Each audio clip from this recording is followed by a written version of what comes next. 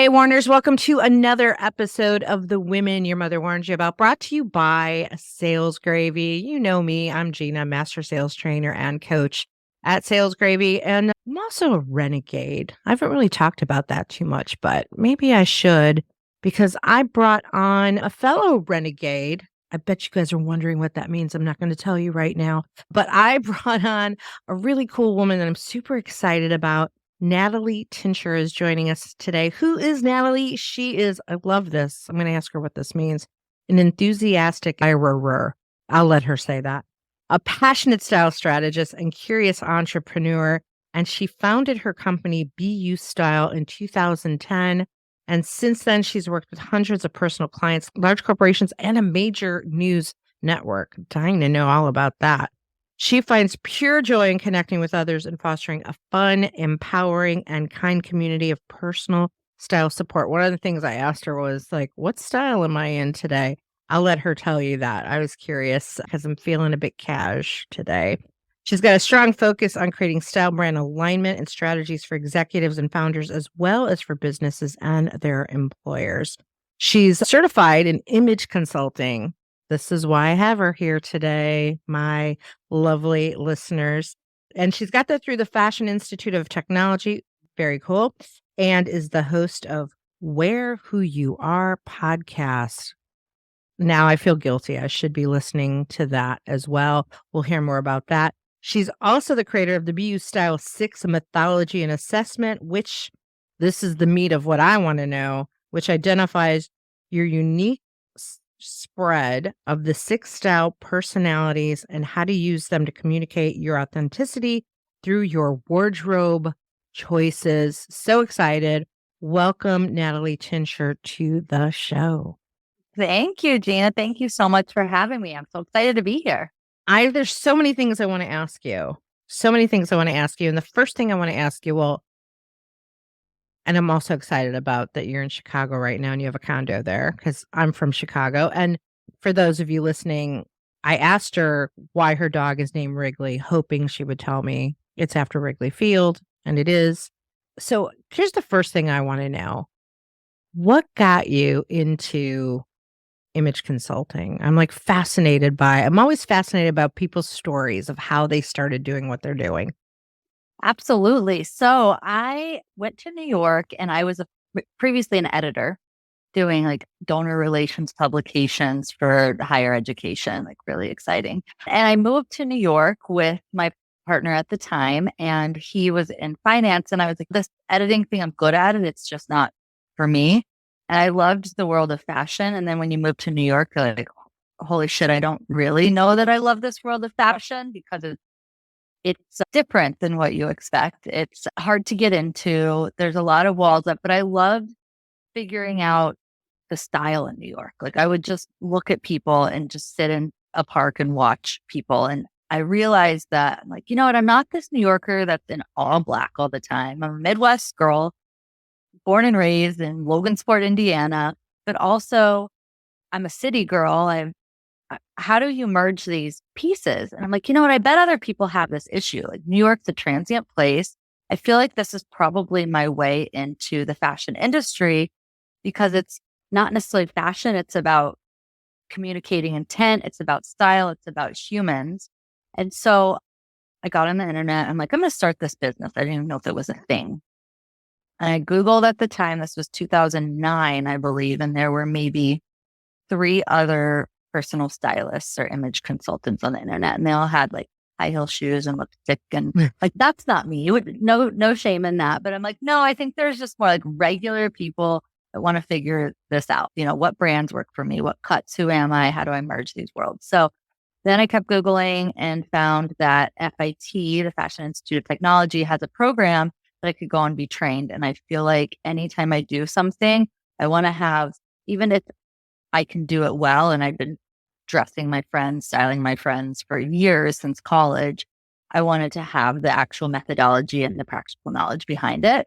So I went to FIT and got certified in image consulting while I was starting my business, while I was working full time as an editor. I'm like, let me just see if this thing can take off.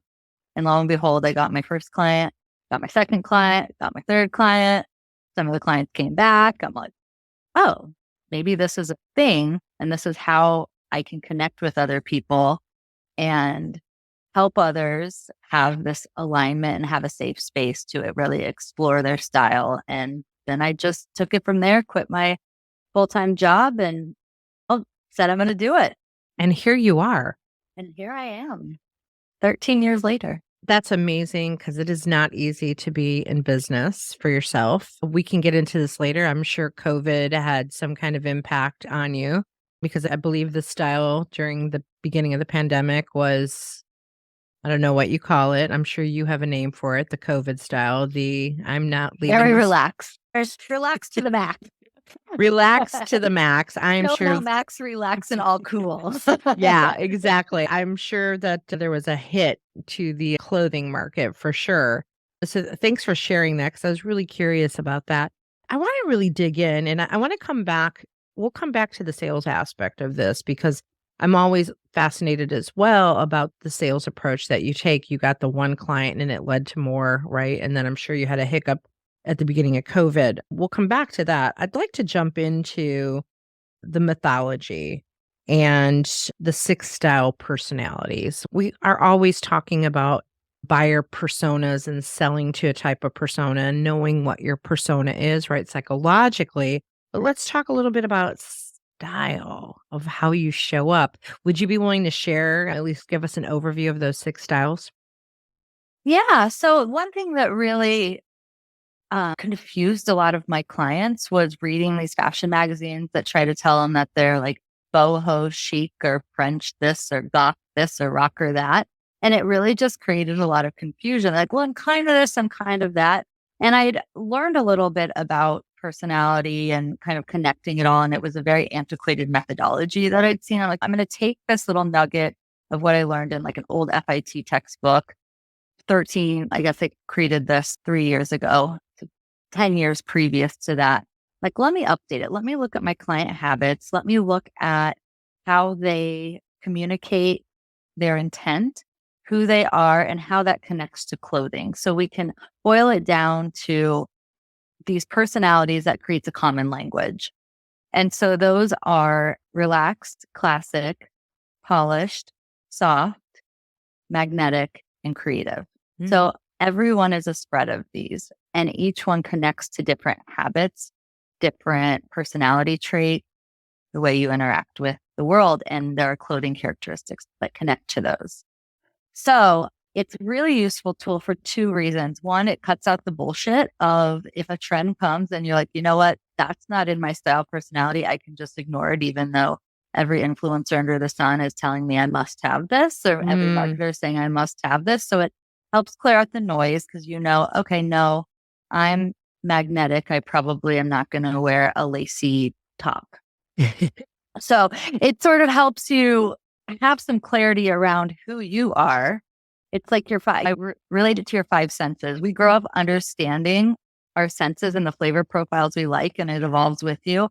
That's what I wish for people in this style personality journey is just inherently then understanding what's for them and what's not for them. So if they get a menu of choices, they can know what probably they'll like based on this. So you can use it in many ways. So I feel like it's just such a useful tool for people. Number 1, to understand who they are. Number 2, to help understand others. So we'll get back to that in a sales capacity. Or if I'm going into a room and I know when I was at the news network, there was not always some friendly faces that I had to walk into the room with. And I would intentionally dress super, super magnetic. So I knew when I walked into the room, I was projecting a confidence that even if I'm like shaking underneath and I'm going to quiver, it gives me that extra filter of, no, you've got this. You're a bad bitch right now. Like, you're putting this message across. So you can use it also to align or to use it as a shield or a sword for yourself as well. Or if you come across generally maybe really powerful and some people think you're intimidating, you may want to bring in a little bit of soft if it's an environment that you want to be more approachable and just immediately give that receptivity in it. So there's a lot of ways you can use it. I super nerd out to it. I've tested it, created an assessment, that gives you your spread of personalities and refined it, user tested it, refined it. And now I think we've got it where clients will come to me and we use that language too. So like, you know what, Natalie, right now I want to be more creative. And so we understand what that looks like and how to adjust their wardrobe strategy accordingly. Awesome. And so there was relaxed, classic, magnetic. What else was there? There's Polished, soft and soft, creative. and creative. So I'm guessing that this is not just dressing with who you are, but this is also, like you just said, also dressing the part where you need to dress the part for the audience that you're in front of without compromising who you are. Correct. Right. Correct. You can take who you are, put those elements in, but if you know you maybe need a little tweak to align or to make your message stronger, then you can incorporate other elements of other style personalities to your advantage. Okay, awesome. So, high overview of each one of those. Relaxed, what would relaxed look like? Comfort is key 1,000 bajillion percent. Like if it's not comfortable, they're not even looking at it. Okay. Classic? Classic would be really utilitarian. They are the classic capsule wardrobe person. So it's like all the neutrals, everything must mix and match. And it's like if it comes in navy, I also want it in black. So everything is adult girl animals. Okay. I love it. Magnetic? The magnetic is that bold, confident, either like high contrast patterns or bold colors. Like I'm walking in and I'm going to get shit done. Okay. Polished?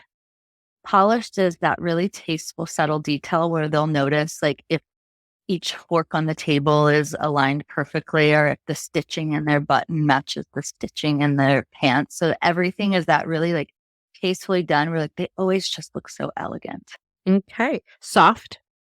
Soft is that big hug of like that receptive, really maternal or that safe space in the environment where if you're at a party, they're going to notice that no one's talking to you and they'll one-on-one converse with you. So you like a big hug. Okay. And then creative. Creative is anything goes. It's like whatever, like you may be one of the style personalities one day, another. It's like whatever my mood is. It's very much dressed for the mood. Okay, fantastic. And so at the beginning of this, I had shared with you before we started recording, I was like, hey, I don't know, I didn't even think about being in style for her on this. I'm like, what style am I in? And you said relaxed magnetic. So now that's a combination of styles. Everyone is a combination. And that's the beauty of it is that you're a spread.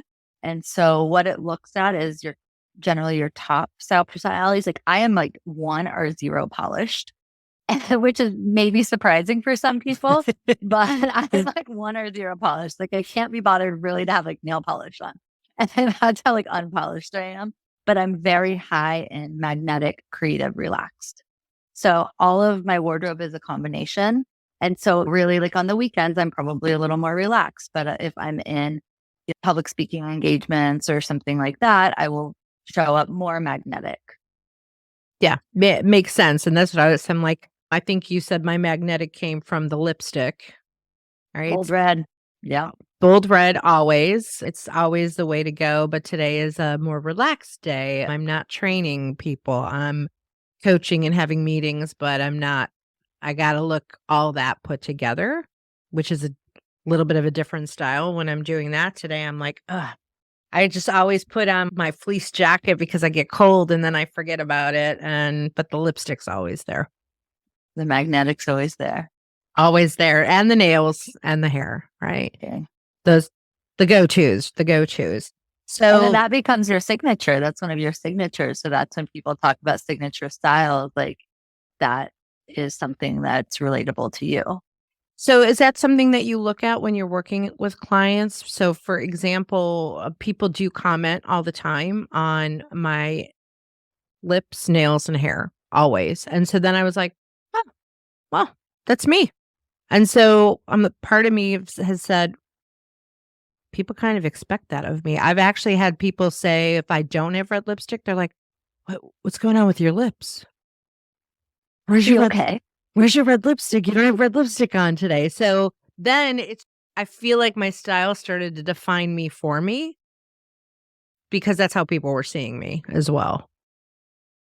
Yeah. Look at people see you in a certain way. And so then it's for you. If you want to break that signature, you can. I mean, look at Michelle Obama recently in her book tour. She did a 180, and I was reading a few articles on that. And she was so used to being president's wife style. And then when it went on her own in this last book tour, she went like super magnetic. She went creative. She's like, I'm going to just be bold and be me. And it took people a minute, I think, to adjust. And then they're like, oh, I like this. And then they started equating her style with what she was doing. And she was breaking out of that role that she'd been boxed into. And she's becoming her own person and her own mission in this moment. So it actually was a good jarring place of shift, because it's like, nope, now I'm not confined by this. I'm going to show me where I am right now. And again, it sounds like styling for the situation that you're in. Yeah. So you do an assessment. Tell us a little bit about what that assessment is, and where would somebody get started with owning their style, defining their style, knowing their style? What does all that look like? And for me, I created the assessment exactly for that. So even if you're not into fashion, and I think that's a troubling part of the industry, is that everybody has to put clothes on. So by putting on clothes, you have a style. Just like we have to eat. In this world that we live in, we all have to put clothes on.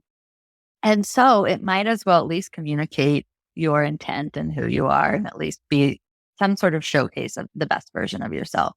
Not saying you have to go buy designer brands, but you should at least understand it. So that's why I created the assessment, to be that first tool. And so for me, it's available online. I can give you that information later, so anybody can take it. And that was another reason I'm like, you know what? I know hiring me one-on-one, and most stylists it's expensive for some people. So I wanted to make it accessible.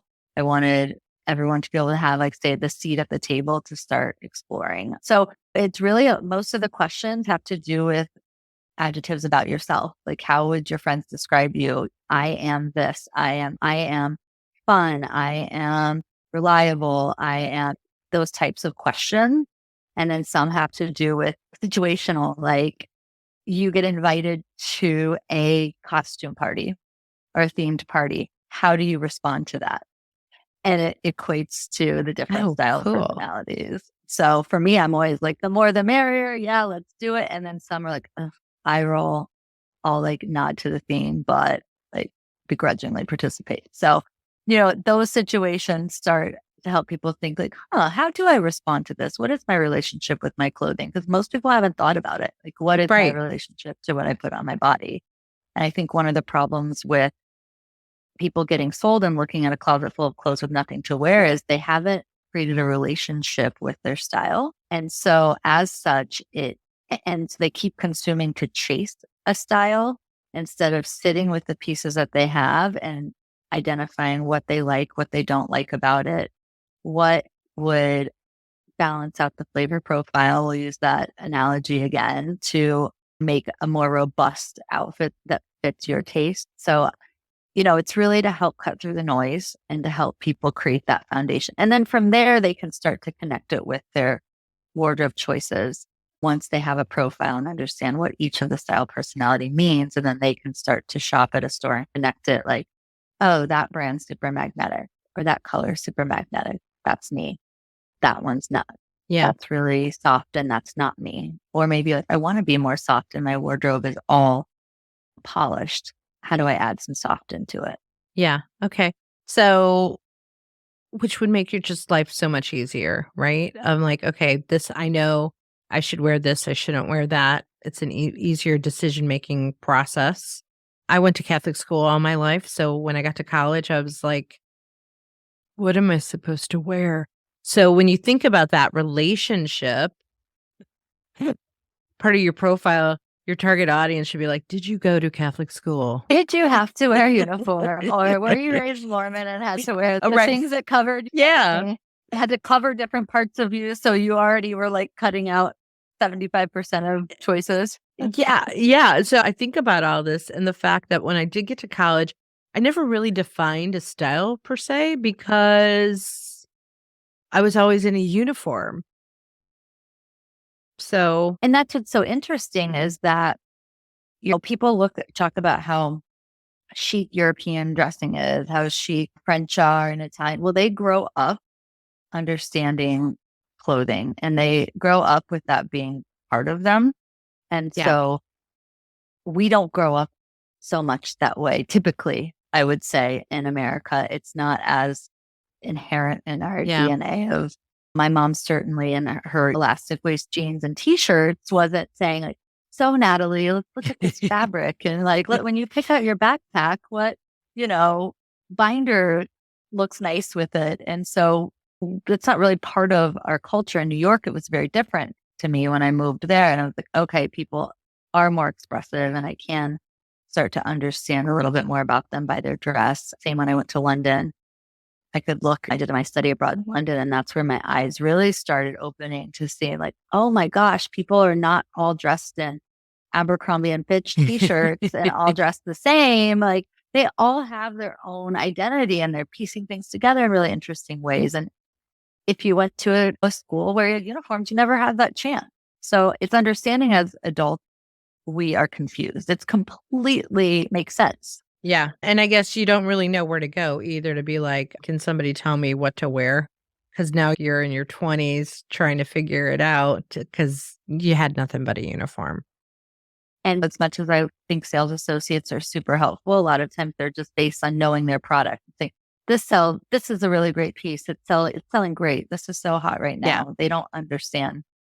They're not asking about Yeah. your lifestyle. And one of the things that you said that I really found interesting is about not falling into the trends once you do know what your style is and you don't have to fall into the trend of like, I got to be in this trend of what everybody else is wearing. One thing I've noticed over the years, I'm like, good for that trend, but that trend doesn't look good on me. That trend doesn't make me feel good, right? There are certain pieces of clothing in my closet that make me feel good, that are like my go-to power things. There are colors that make me feel good. There's also colors that I love. Like I am a girl. I am a pink girl. I cannot wear pink.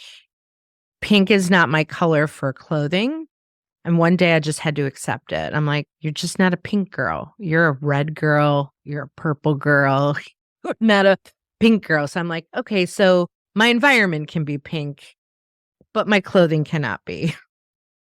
100%. And what you're really hitting on is what I believe in. And I'm trying to help people understand is that your clothing is an extension of acceptance of yourself.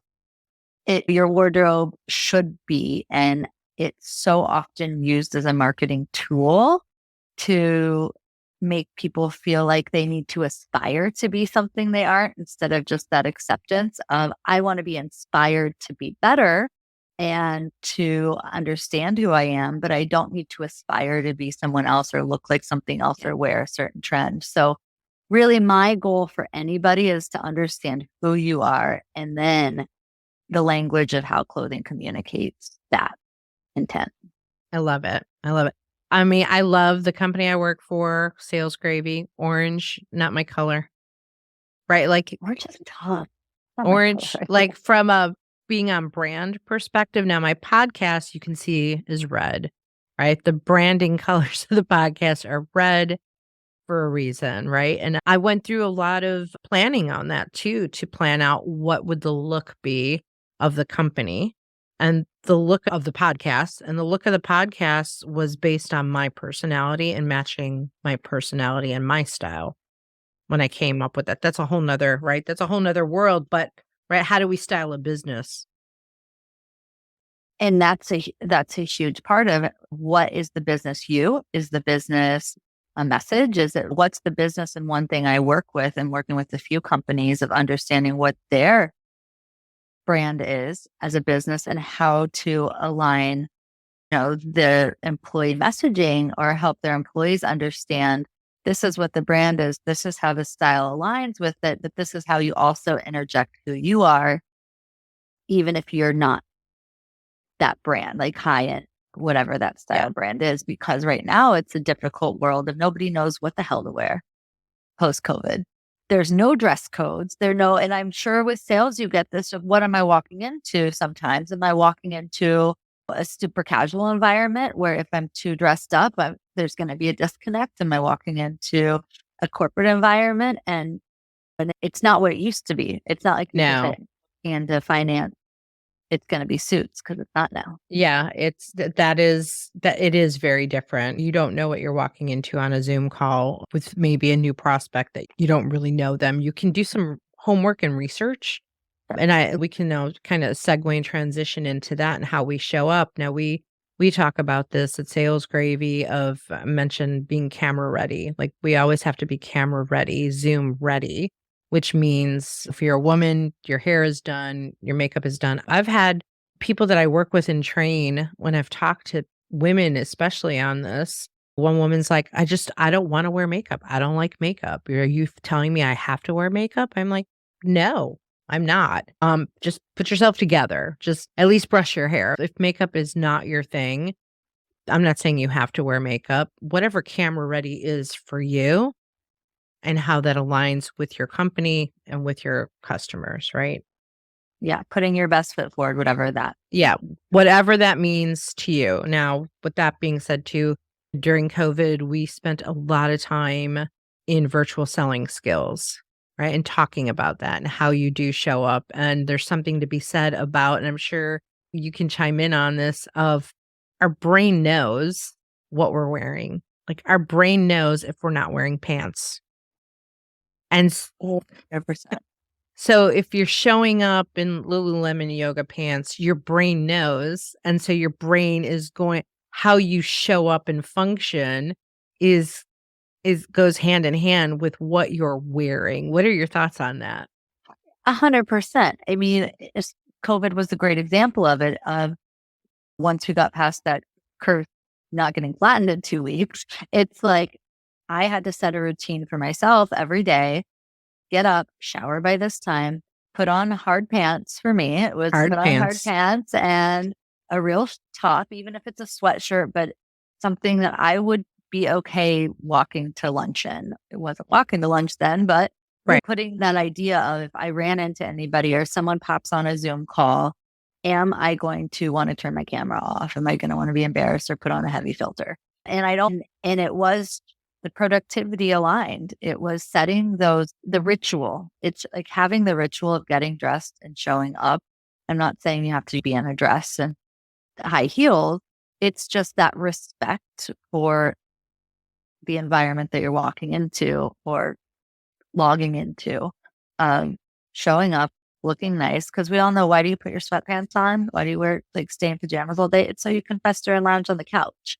Right. Like, Right. that's also a ritual. Like, you know what? I'm putting my comfies on because I'm going to sit on the couch and put Netflix on, and that's an opposite ritual of telling your body and signaling it's time to decompress. So the opposite is true. Putting on clothes that you feel good in, that are professional, whatever that means. That's a ritual, the signal to your body. Time to work, time to do this. Yeah. And I think many of us have made that, we've adapted to that. I have the ritual. I get up, I shower, I get ready, I put on hard pants. Right. Pants. I've created a little bit of a uniform for myself with that. And then when I'm done, I mean, if I'm not on the road, I'm in my home studio. So I'm home. But we even picked the house specifically for this. The home studio is on the second floor. I literally have to walk to work and march up the stairs. Right. Ritual. It's Commuting. I'm commuting, I'm going to work, and then I go home for lunch, and I go down the stairs to go to lunch, and then I come back up, and at the end of the day, I go back down, and I get into the sweats, right? The ritual is there. I'm no longer in work clothes. Yeah. And I think people take away, there is that resistance sometime of like individuality. I'm going to do what I want. But I think people are also taking away that idea that it is a ritual and our brain responds to signals. Yeah. It's Pavlovian in that Yeah. way. Yeah. Your body knows, out. like, yeah, all business on top and party on the bottom, really not the best way to go. And maybe it is a modified, like, of course Yeah. you want to be comfortable. You're not standing up, but Yeah. You want to feel like you're honoring the day's tasks. Yeah, and 100%. So we talked a little bit about the 6 styles. I wanna now kinda go back to you were talking about building your business, right? You went from 1 client to 2 clients to 3 clients. Walk us through some of that experience of how you started to build your business, because I'm sure it wasn't easy because 'cause you're selling something that people are like, "Do I really need this? Do I wanna spend money on this?" I mean, what was that experience like for you? Yeah, I mean, I did not have a business background, and I think I was 26 years old. I mean, I was a baby, and it was a couple of things that were really hard was pricing. And of course, rookie mistake, I completely undercharged because then like getting any money was like the coolest thing ever.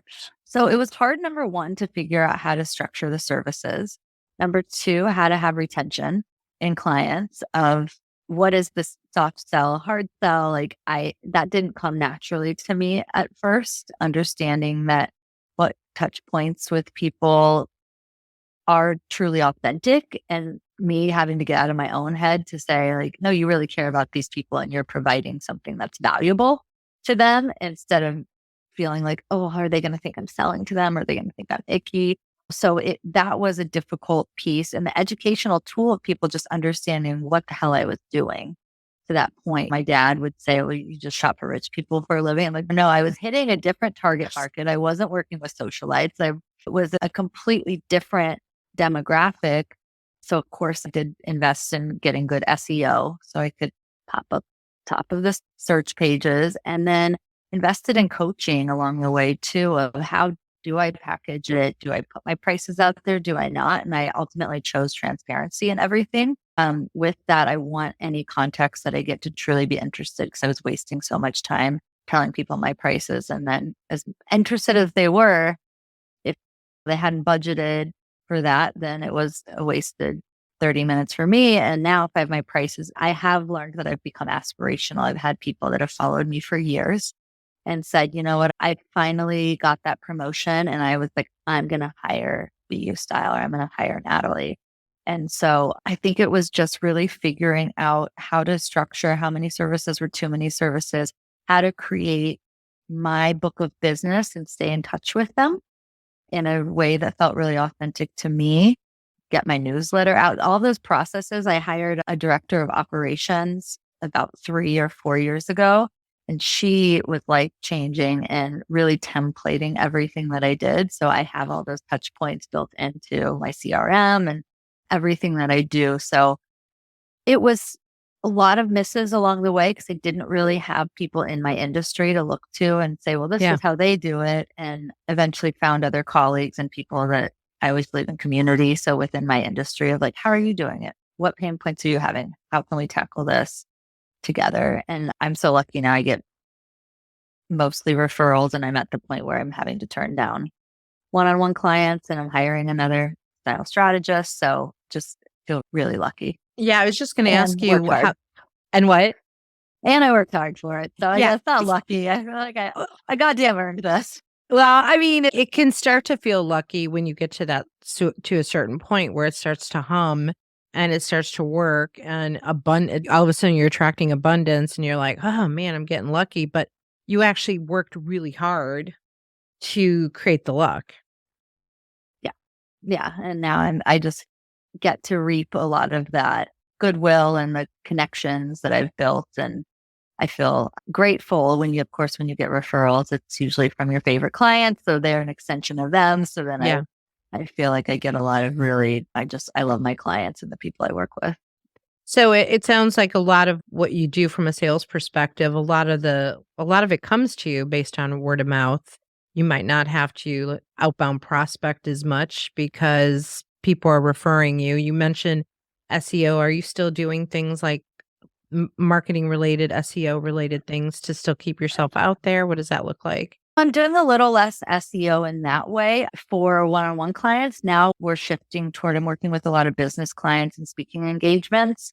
And so it's a shift there. So SEO guys got to come in soon and change my keywords. But of course I continue to update content on my website that's relevant produce meaningful articles and insights. So that's a valuable tool for me. Starting the podcast has been a very valuable tool.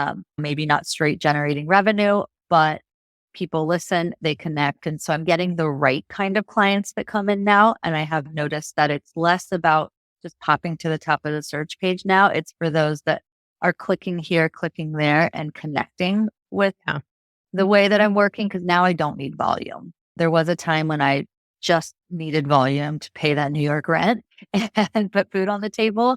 And now I'm in a privileged position to be able to work on creating funnels that will connect with the right types of clients and the right different revenue streams that I'm working on building. Well, let's talk a little bit about revenue streams as far as, especially when you're doing any kind of coaching, any kind of one-on-one work. We often talk about hours for dollars and how do we scale that to the point where we're not working ourselves to death? What do your revenue streams look like? What do your offerings look like? How have you structured that to grow your business so that you're not working as hard? Yeah, that's a great question that I still haven't fully solved, but we're working on that. So building a team is one in which stylists get to come under me. They get trained by me. They get the benefit of a established business, which is hard to come by in this industry. So we'll do a split there. So when they're working and I'm on vacation, I'm still getting revenue from my team. The assessment is one key piece of that's a scalable service for me and leads to more virtual offerings. I did, and there's books coming, hopefully, working on that next. And it's really it. And for me, I don't charge hourly. I charge by a service. So we're charging based on results. So I've been able to understand which clients probably aren't going to take as long. And so that's the day I can pack more clients in. And then there's other we play with different monthly memberships or different subscription type things. For me, it's hard to do a lot of digital coaching and courses right now. That just hasn't aligned with my methodology. Yeah. But I also do business consulting. And of course, that's where once you get into that world of business consulting, and then I can create more funnels for a team of stylists under me. So it's more, I start becoming the mouthpiece of the business and become a trusted brand. So that way I am very fortunately, when I first started bringing stylists under me, I was very concerned about people only wanting me. So I had to get that away and just make sure I brought in people that understood the ethos of the business, how we want to work. I have touch points with people coming in through my automation, but now I have clients saying, Nat, if you can't do it, could one of your team members work with me? And that's been the ultimate, yes, okay, I'm now creating a trusted brand that people understand that whatever I build, it's still an extension of what they equate with me. So I think that was probably the biggest eye-opening piece, and get rid of my own ego and my own fear of finding the right people, training them well, having good processes. So that part of the business, which is really where I've built all my goodwill, as other parts grow, can continue to funnel into our revenue. Yeah, that makes sense. When I owned an improv comedy theater and school and corporate entity to that for bringing improv into businesses in the very beginning when I was everything, and then I had to bring people in under me, otherwise I was going to die. There was the initial struggle from customers, right? There was the initial struggle, like you talk about the aspirational, right? All of a sudden, someone would be like, I'm ready to sign up and now you're not teaching.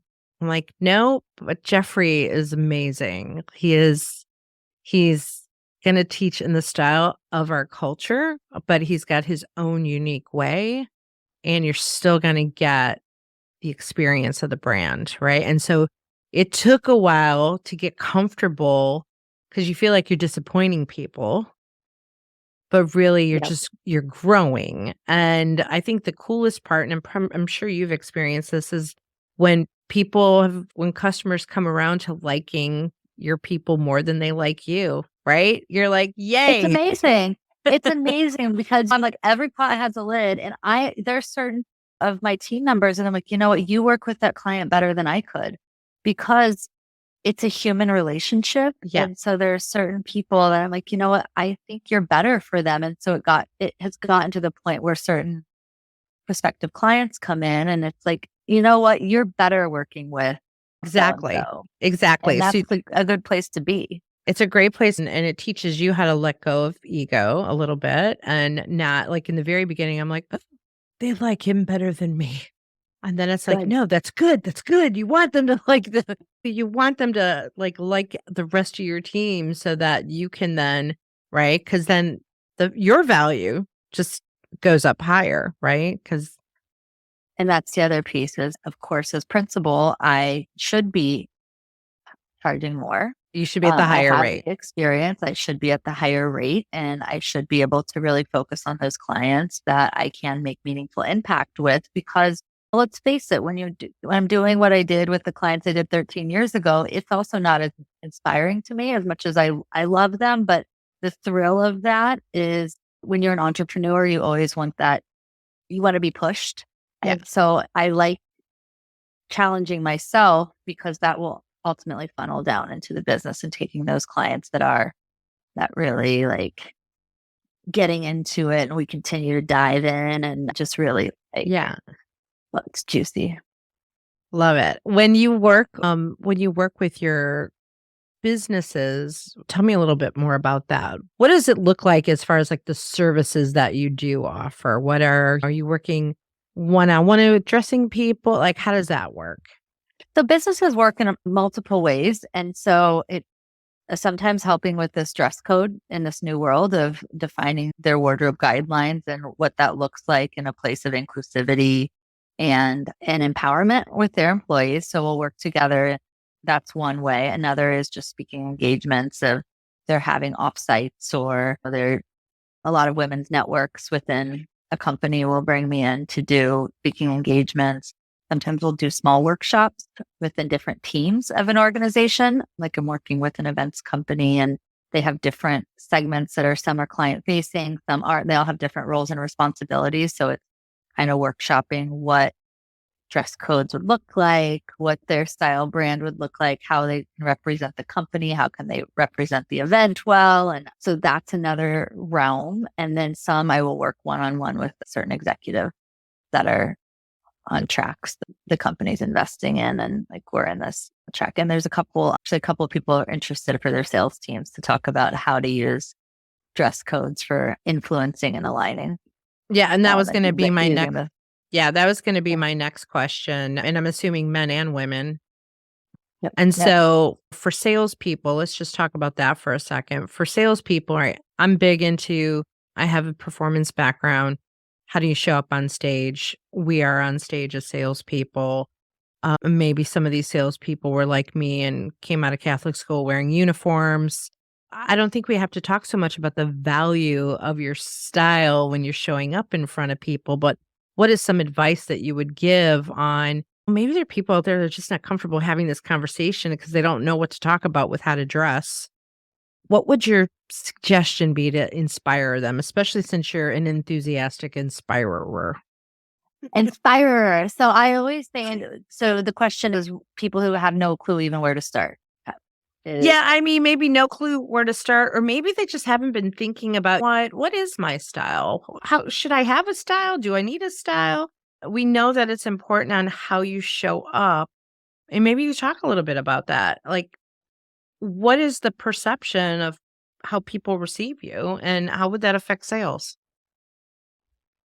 I mean, it always, the minute you walk into the room, the first filter before you open your mouth is a filter for judgment is what you're wearing.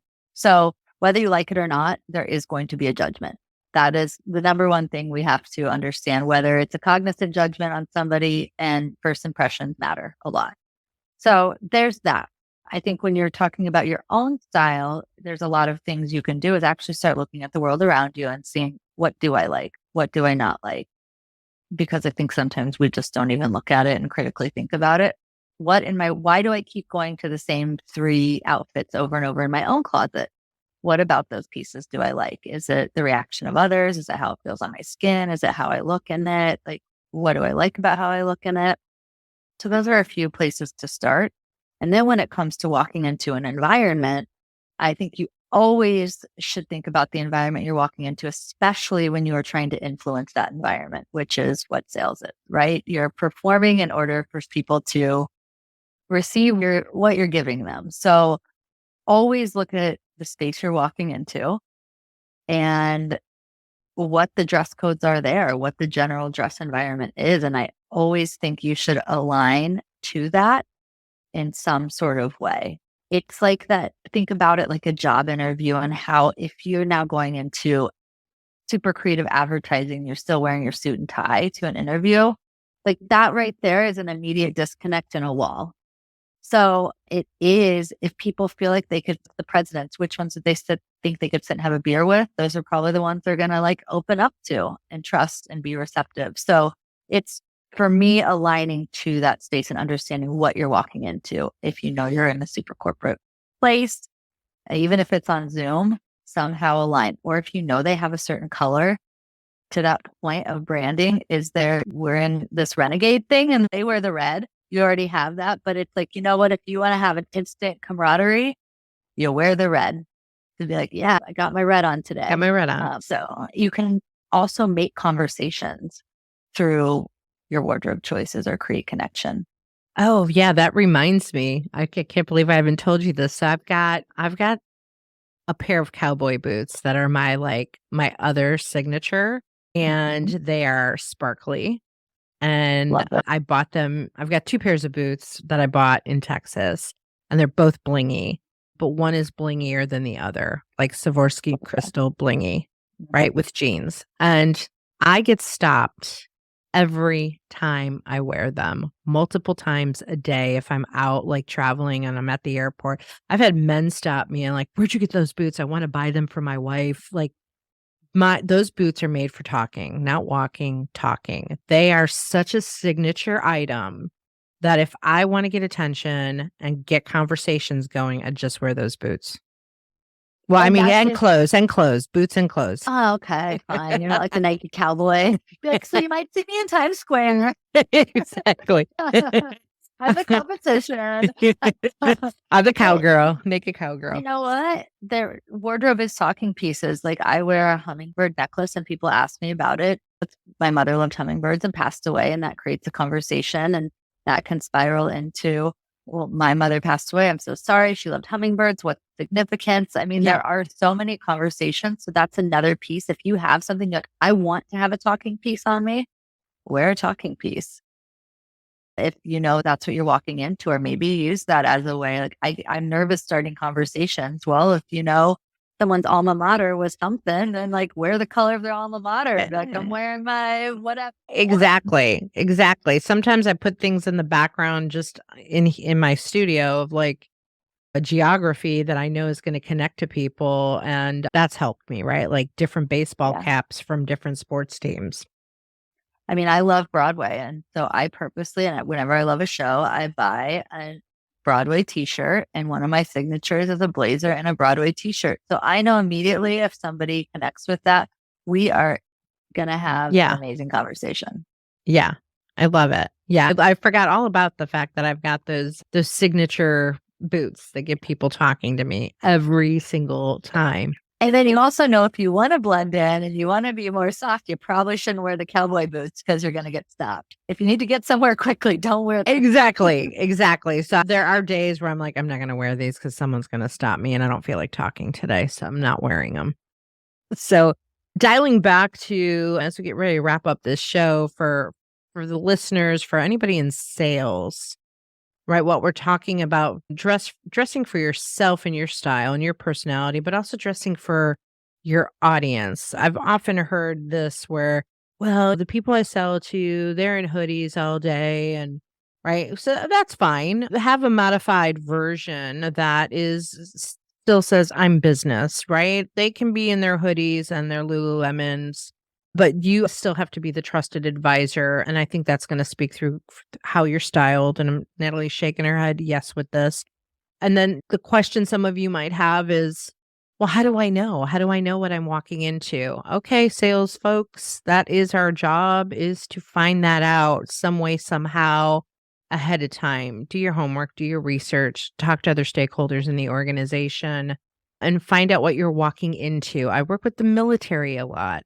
I dress completely differently when I'm training military recruiters than I would if I'm working in a SaaS space or in any kind of a conservative accounting type of space. I have a little bit of a different style, probably not showing my cleavage. Not that I'm showing my cleavage on a regular basis, but you know what I'm saying. I have a different style for different audiences, but it's still a style that fits me, that makes me feel good. So there's that. If people want to work with you, Natalie, what are the best ways to connect with you and reach out to you? Yeah, people can check out my website, which is www.bu, that's the letters bu dot style, no .com. So just www.bu.style, Okay. or they can follow my personal Instagram account, which is at Natalie _Tincher. That's TINCHER, or my business account at BU Style. Those are probably the best ways. And you can follow every other channel from there and connect, sign up for the newsletter, all that good stuff. And the assessment, is that a paid assessment, free assessment? It's a paid assessment online under the website. You'll see it under personal services. Okay, great. So people can go at least take that assessment and get to know their style, right? 100%. And then from there are resources, a guide for them where they can then connect with me or one of my team members virtually to start the exploration. Fantastic. It has been so awesome having you on the show talking about this. Truly a pleasure. I could nerd out all day, and I love the alignment and what you're doing and letting me be a woman that mothers did warn people about me. I used to ask that question all the time, and I've gotten away from asking, like, are you a woman your mother warned you about? Yeah, not at first. And then my therapist would call me a sweet rebel. So A sweet rebel. Still a rebel, though. I love it. You're a sweet rebel. I think I'm a sassy rebel, and we are renegades. Thank you so much, Natalie, for being on the show today. Thank you so much. Have a good one. Thanks. Hey, listeners, thanks for listening to this episode of The Women Your Mother Warned You About, brought to you by Sales Gravy. And you don't just want to upgrade your style, but you want to upgrade your skills. So go to salesgravy.university and check out over 200 courses, both live and on demand there, including some courses that I have created. So go check that out, and we'll see you on the next show, because you can see us on YouTube as well as listen to us wherever you hear your podcasts. See you next time.